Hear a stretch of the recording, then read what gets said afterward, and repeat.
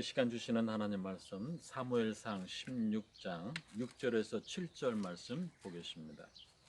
그들이 오매 사무엘이 엘리압을 보고 마음에 이르기를 여호와의 기름 부으실 자가 과연 주님 앞에 있도다 하였더니 여호와께서 사무엘에게 이르시되 그의 용모와 키를 보지 말라.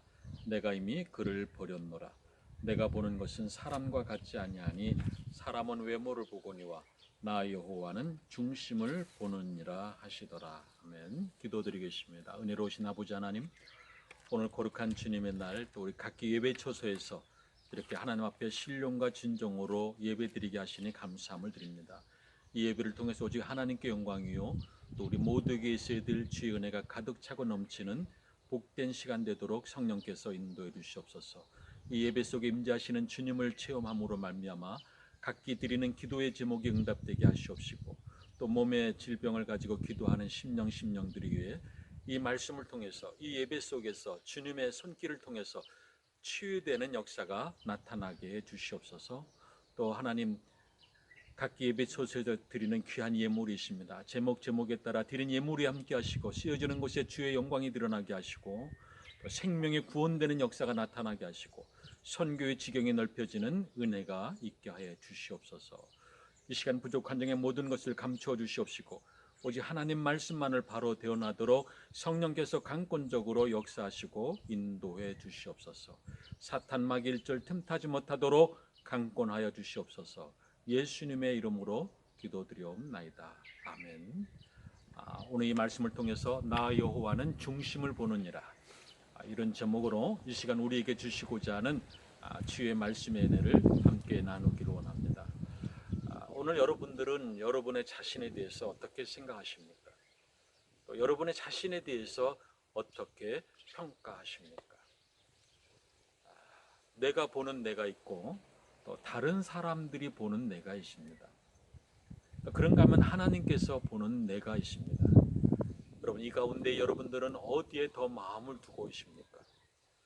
어디에 더 마음에 신경을 쓰고 오늘을 살아가고 있느냐라는 얘기입니다. 사람들이 우리 자신에 대해서 이렇게 저렇게 말한들 여러분, 그것이 무슨 큰 의미가 있겠습니까?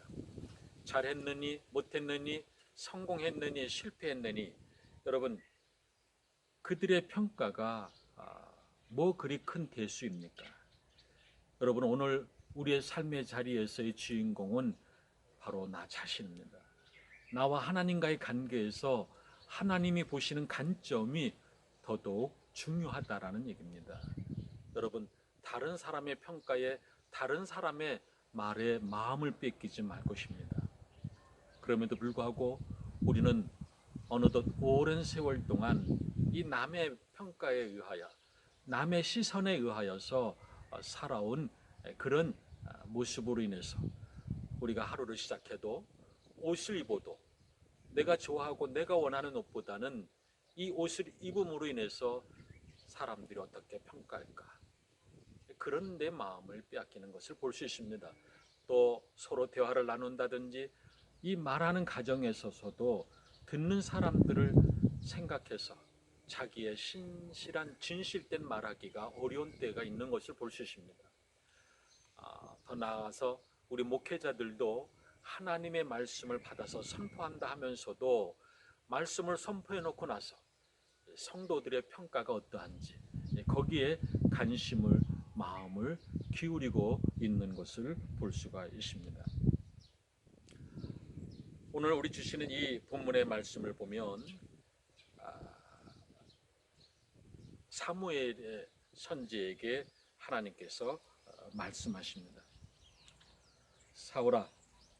사울이 내 마음에 안 든다. 그래서 내가 그를 왕의 자리에서 폐위시키려 한다. 너는 이새의 집으로 가라. 내가 택하는 내 마음에 드는 사람 하나를 지명해 줄 터이니 그에게 기름을 부어라. 그렇게 명하십니다. 자, 이 명령을 받은 사무엘이 사울 왕이 통치한 그 시대에 행하기가 매우 어려운 일이었습니다만은 하나님은 사무엘에게 담대함을 주시는 가운데에 하나님의 명령에 따라서 기름병을 준비해 가지고 갑니다. 그리고 오늘 본문에 나타난 바대로 이새의 집에 가서 이렇게 말합니다. 하나님의 말씀이 내 아들 중에 하나가 앞으로 유대 나라 왕이 될 것이다 하셨느니라. 아들들을 내게 보이라. 요즘 말로 말하면 왕이 되기 위한 심사를 하는 것입니다. 면접을 보는 것입니다.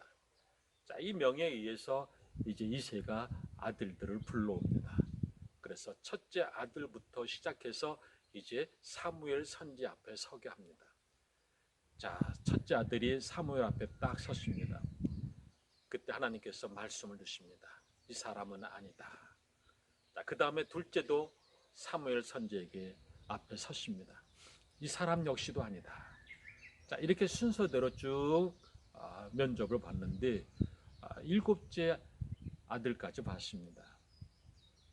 그럼에도 불구하고 그 속에 하나님이 지명하신 내 마음에 합한 자가 없었던 것입니다. 그래서 사무엘 선지가 이새에게 물어봅니다. 내 아들들이 다 여기 있느냐? 11절에 보면 그렇게 말합니다. 그때 이새가 말합니다. 말째가 남았는데 그가 양을 지키나이다. 자, 여기서 우리가 한 가지 엿볼 수 있는 대목이 있습니다. 자, 아버지 이새 자신도 그리고 7 형제들조차도 다윗은 이곳에 있을 만한 자격이 없다라고 생각했다라는 것입니다. 분명히 사무엘이 아들들을 다 불러오라 했음에도 불구하고 말째가 되는 다윗, 그 막내는 불러오지 않았던 것입니다. 왜냐하면 다른 형제들에 비해서 외모가 시원치 않았습니다. 또 볼품이 없었습니다. 아마 모르긴 해도 왕이 나온다면 이 7 아들 중에 있을 것이다. 그걸 당연시 생각했기 때문에 다윗은 부르지 않았던 것입니다. 그저 양을 치는 자리에 머물게 했던 것입니다. 또 그런가 하면 다윗 자신도 이 소식을 들었을 것입니다. 그럼에도 불구하고 그는 양에 치는 자리에 계속 머물렀던 것은 나는 그 자리에 있을 만한 존재가 아니다. 그저 왕이 나온다면 우리 형들 중에서 나오겠지. 내가 아들이긴 하지만은 나 같은 자가 거기에 낄 수가 있겠는가. 내가 있을 자리는 그저 목동을 치는 이 자리일 것이다. 아마 그런 마음으로 그 자리에 섰을 것입니다. 자, 그때에 사무엘이 말합니다. 그를 데려오라. 자, 그래서 이제 마지못해서 말째를 데려옵니다. 자, 그런데 데려왔더니 다윗의 눈에서 빛이 나는 것입니다. 그래 하나님께서 말씀하십니다. 12절에 보니까 이가 그니 일어나 기름을 부어라. 바로 이가 그 사람이다 라고 하나님께서 말씀해 주시는 것입니다. 그래 사무엘은 다윗에게 깊이 기름을 붓습니다. 자, 다윗이 그때부터 성령의 감동을 받아서 하나님의 사람이 되었다라는 이야기가 16장 전체에서 이야기하고 있는 것입니다. 자, 여기서 중요한 것은 하나님께서 왕의 기준을 정하셨다는 얘기입니다. 자, 사람은 외모를 보거니와 나 여호와는 중심을 보느니라. 7절에서 말씀하고 있습니다. 자, 여기서 딱 두 가지가 나옵니다. 외모하고 중심입니다. 사람은 외모를 본다. 그러나 나는 중심을 본다. 여러분, 이 차이점을 우리가 분명히 알아야 됩니다. 여기서 말하는 외모란 무엇입니까? 잘난 것, 돈 좀 있어 보이는 것, 똑똑한 것, 인물 훤하게 생긴 것, 좀 능력 좀 있어 보이는 것, 이런 것을 우리가 외모의 관점으로 보고 있습니다. 그러나 하나님께서는 그 외모를 안 보신다라는 이야기입니다. 먼저는 사울을 왕으로 세우셨습니다. 사울은 키가 큰 사람이었습니다. 보통 사람의 2배 정도가 되었을 만큼 큰 체구를 가진 인물이었습니다. 또 인물도 잘났습니다. 그래서 백성들이 사울을 왕으로 추천해서 하나님 앞에 요구했던 것을 볼 수 있습니다. 자, 그런데 그런 사울이 아버지에게 순종을 잘하고 또 왕으로 삼고자 한다는 소식을 듣고도 사울은 너무 겸손해서 나 같은 자가 어떻게 왕이 될 수 있는가. 그래서 도망을 가서 숨을 정도로, 그리고 그를 찾아올 정도로 그는 자기됨을 알았고, 그리고 겸손한 자리에 머물렀던 사울이었습니다. 자, 그런데 그가 왕이 되고 나서는 그 마음이 바뀌고 맙니다. 들어갔을 때와 나왔을 때가 차이가 나듯이 그는 이제 교만의 왕이 됩니다. 하나님께서 이제 아말렉을 치도록 명하십니다.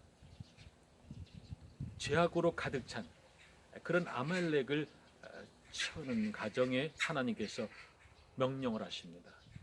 왕을 죽이고 그리고 백성들을 뿐만 아니라 짐승까지 다 멸하라고 분명한 명령을 하셨습니다. 자, 그럼에도 불구하고 이제 사울이 아말렉을 쳐서 승리하게 됩니다. 자, 그런데 승리함에도 불구하고 하나님 앞에 나와 감사의 제사를 드리기는커녕 자기의 기념비를 세웁니다. 마치 자기로 인해서 전쟁에 승리한 것처럼.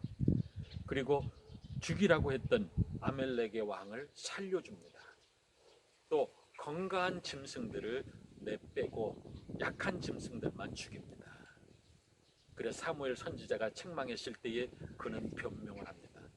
백성들이 원해서, 그리고 이 좋은 짐승들은 하나님께 제물로 드리기 위해서 그렇게 했노라고 변명을 하는 것을 볼 수가 있습니다. 자, 결국 하나님 앞에 순종하지 않았던 사울을 이제 하나님께서 버리십니다. 너는 안 되겠다. 그렇게 하시는 가운데 이제 그를 폐위시키십니다. 그리고 내 마음에 합당한 사람을 세우겠노라고 하십니다. 자, 그리고 다윗을 세우십니다. 그는 키가 작았습니다. 그리고 음악을 하는 심성의 사람이었습니다. 그는 외모가 볼품없는 초라한 모습의 소유자입니다. 그는 검은 고를 좋아했고 그리고 음악을 좋아하고 그리고 양을 치는 일개의 목동에 지나지 않았습니다. 그러나 하나님께서는 분명히 사도행전 13장 22절에서 다윗을 보고 이렇게 말합니다. 내가 이새의 아들 다윗을 만나니 내 마음에 합한 사람이라 내 뜻을 다 이루게 하리라. 그 중심이 하나님의 마음에 합당했습니다. 자, 하나님께서 중심을 보셨다라는 얘기입니다. 자, 여기서의 중심이라고 하는 것이 매우 중요합니다. 그 중심이 무엇입니까? 바로 정직함을 말합니다. 그리고 신앙에 대한 그런 충성심을 말합니다. 그는 아버지의 양떼를 지킬 때에 매우 성실했습니다. 그는 자신에게 맡겨진 일이라면 어떤 일이든지 성실하게, 누가 보든 안 보든, 누가 인정해 주든 안 해주든 그저 자기에게 맡겨진 일에 온전히 충성을 다했습니다. 자, 그런가 하면 다윗은 출세의 기회가 여러 번 있었음에도 불구하고 그런 것에 마음을 두지 않았습니다. 사울을 대신해서 왕이 될 수 있는 왕과 요나단과도 매우 친하게 되었습니다. 요나단 왕자와 매우 친하게 지내는 가운데에 시기나 질투나 분노를 모르는 온화한 성품의 소유자였습니다. 뿐만 아니라 그는 작은 일에서부터 큰 일에 이르기까지 매사에 책임을 질 줄 아는 그런 마음의 소유자였습니다. 자, 비가 오지 않을 때에는 그 비 오지 않음에 대한 자기 잘못이다라고 생각을 했습니다. 이 자녀들이 잘못했을 때는 내 잘못으로 인해서 이것이 되어진 일이다. 또 아버지를 죽이겠다고 하는 그 압살롬을 보고도 그는 태양하지 않았습니다. 어찌 나한테 이럴 수 있느냐라고 분노하지도 않았습니다.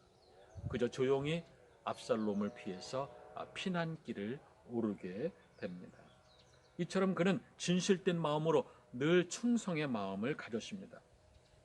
자, 그런가 하면 그는 사울 왕의 신하이기도 했습니다마는 또 사위이기도 했습니다.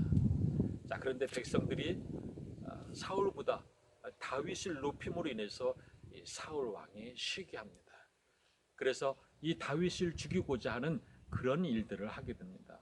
한 번은 창을 세 번이나 직접 다윗을 죽이고자 내어 던지기도 했습니다.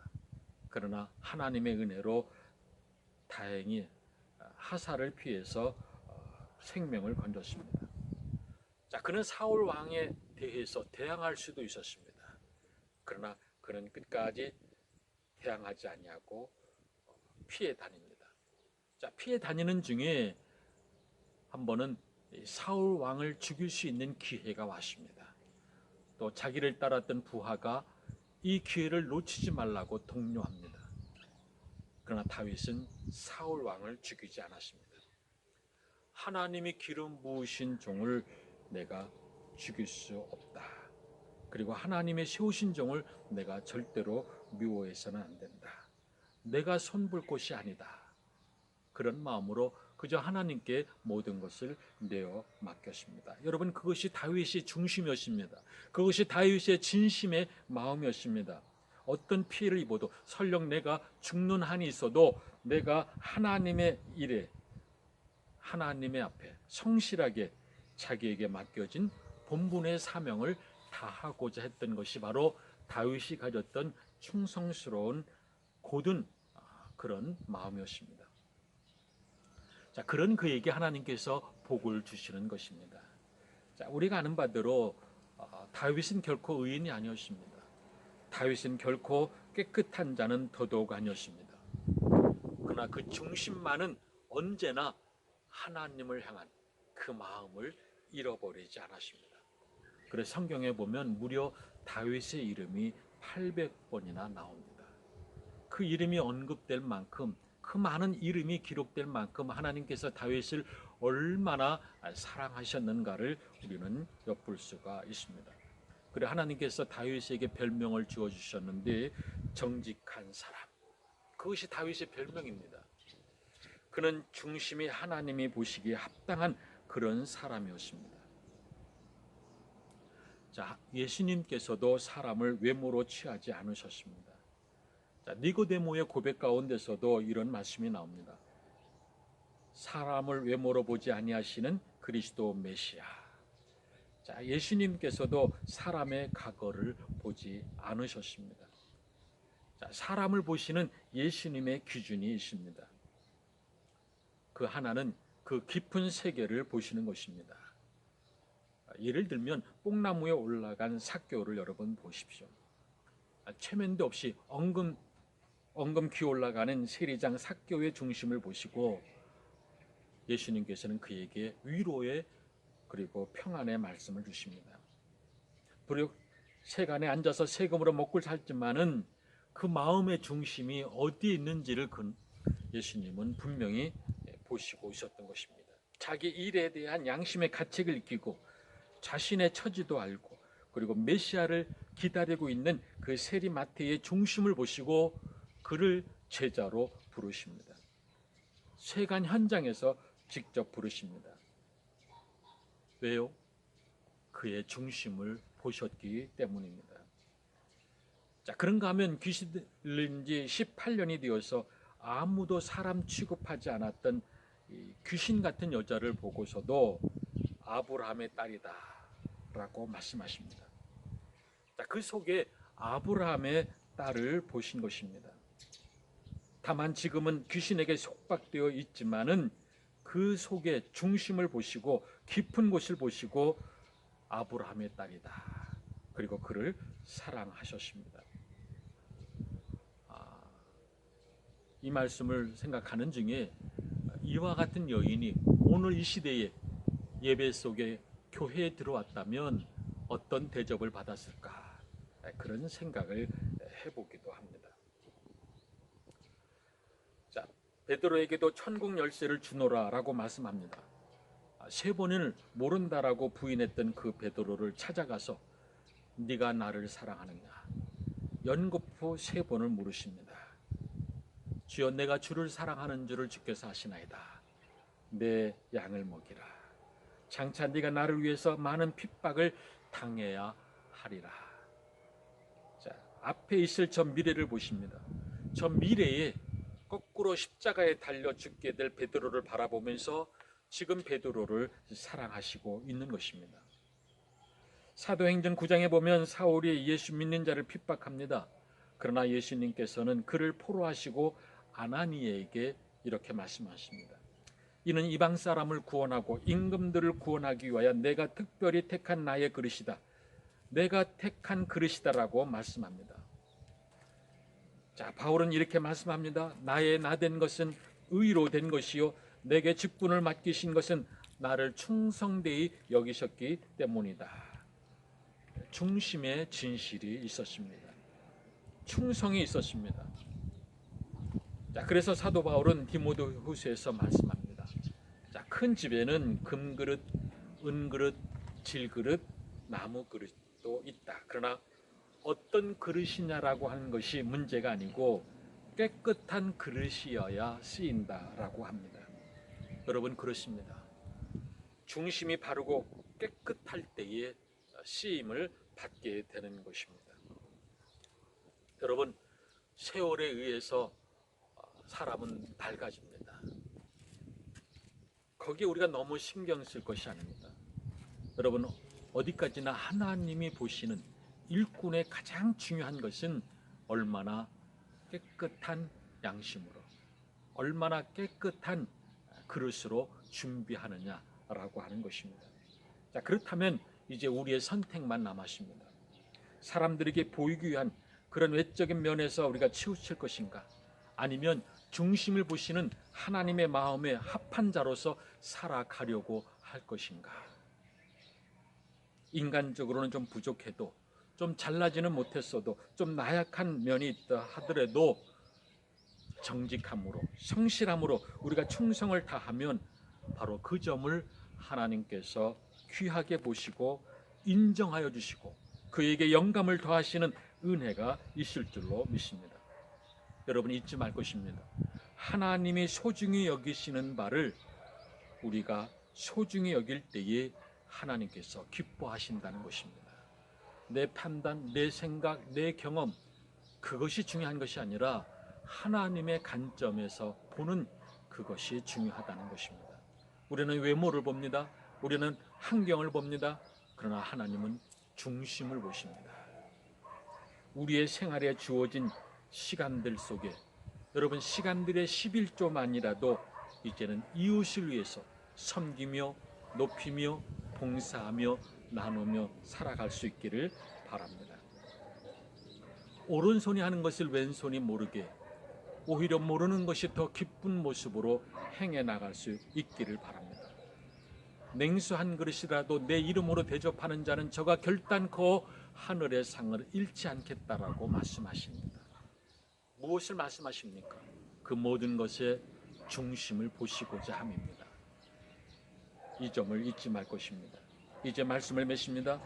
우리 인간은 외적인 것에 기준을 두고 평가합니다마는 하나님께서는 오직 중심을 보시는 가운데에 우리를 높여주십니다.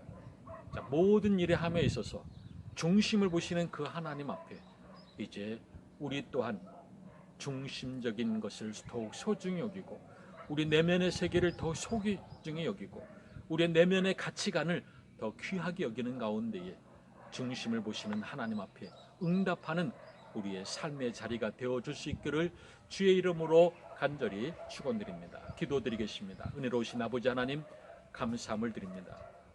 우리의 모든 삶의 자리에서 외모로 우리를 보지 아니하시고 외모로 평가하지 아니하시고 우리의 내면의 속사람, 우리 중심적인 속사람을 보시고 그리고 그 모습을 통해서 기뻐하시는 하나님의 그 말씀을 감사드립니다. 우리의 남은 생애가 늘 그런 믿음으로 그런 삶으로 살아가는 놀라운 은혜가 있게 해 주시옵소서.